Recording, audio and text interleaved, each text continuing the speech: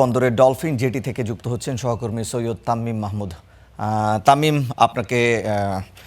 আপনার মাধ্যমে জানতে চাই, এই যে জ্বালানি তেলের তীব্র সংকট, এখন দুটি জাহাজ এসে পৌঁছেছে, কতটুকু সংকট আসলে কাটবে এই দুটি জাহাজ আজ যুক্ত হলে?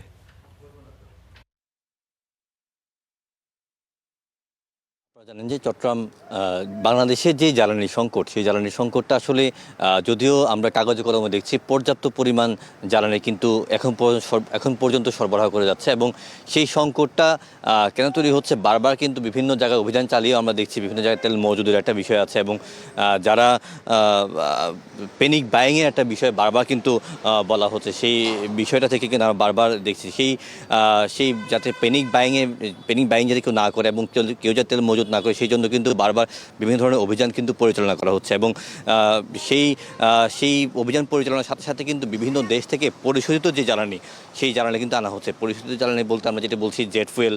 আপনারা দেখছেন আমার সামনে এখন যে জাহাজটি আছে গ্রেট প্রিন্সেস, সেটি কিন্তু প্রায় 12,000 টন জেট ফুয়েল নিয়ে চট্টগ্রাম বন্দরে ভিড়েছে, এবং এই 12,000 টন জেট ফুয়েল দিয়ে অন্তত আগামী 15 থেকে 20 দিনের যেই জেট ফুয়েলের যে চাহিদা সেটি পূরণ করা যাবে। এছাড়াও চট্টগ্রাম বন্দরে বহির্নোঙরে ইতিমধ্যে প্রায় 68,000 টন ডিজেল নিয়ে কিন্তু মালয়েশিয়া থেকে দুটি জাহাজ এসেছে, এবং এই জাহাজ দুটি আগামী ঘন্টা দুয়েকের মধ্যে হয়তো চট্টগ্রাম বন্দরে যে ডলফিন যেটি সেখানে এসে পৌঁছবে। এবং আমরা জানি ডিজেলের যে চাহিদা প্রতিদিন প্রায় 12,700 টন কিন্তু ডিজেলের চাহিদা, সেই ক্ষেত্রে 68,000 টন যে ডিজেল আছে সেটি দিয়ে কিন্তু আরও বেশ কয়েকদিন আশা করা যায় আমরা চলতে পারবো। এছাড়াও ডিজেল কিন্তু পাইপলাইনে পর্যাপ্ত পরিমাণ আসছে, কিন্তু যেটি বারবার আমাদের কাছে আসছে যে অপরিশোধিত জ্বালানি থেকে আমরা ডিজেল, পেট্রোল, অকটেন সহ প্রায় 13 ধরনের আইটেম উৎপাদন করে ইস্টার্ন রিফাইনারি। সেই ইস্টার্ন রিফাইনারি কিন্তু সেই আইটেমগুলো উৎপাদন করতে পারছে না। গতকালই কিন্তু তাদের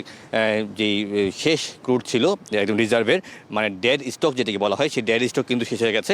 সেই কারণে কিন্তু কোন ধরনের তেলকেও তারা আর পরিশোধন করতে পারছে না।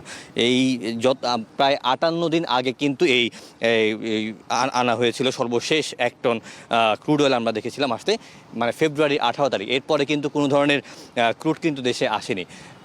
এছাড়াও এই মাসের 20 তারিখের মধ্যেও কিন্তু একটি ক্রুডের চালান আসার কথা ছিল 1 টন, যেটি মালয়েশিয়া থেকে, সেটিও কিন্তু আসেনি। সেই ক্ষেত্রে একটি প্রায় 2 সপ্তাহের বেশি কিন্তু আমরা একটি সংকটে পড়তে যাচ্ছি। তবে আগামী মাসেই প্রথম দিকেই একটি ক্রুডের চালান আসবে বলে আমাদের জানিয়েছে বিপিসি। এই ছিল আমার কাছে চট্টগ্রাম থেকে সবশেষ সংবাদ। আপনাকে ধন্যবাদ।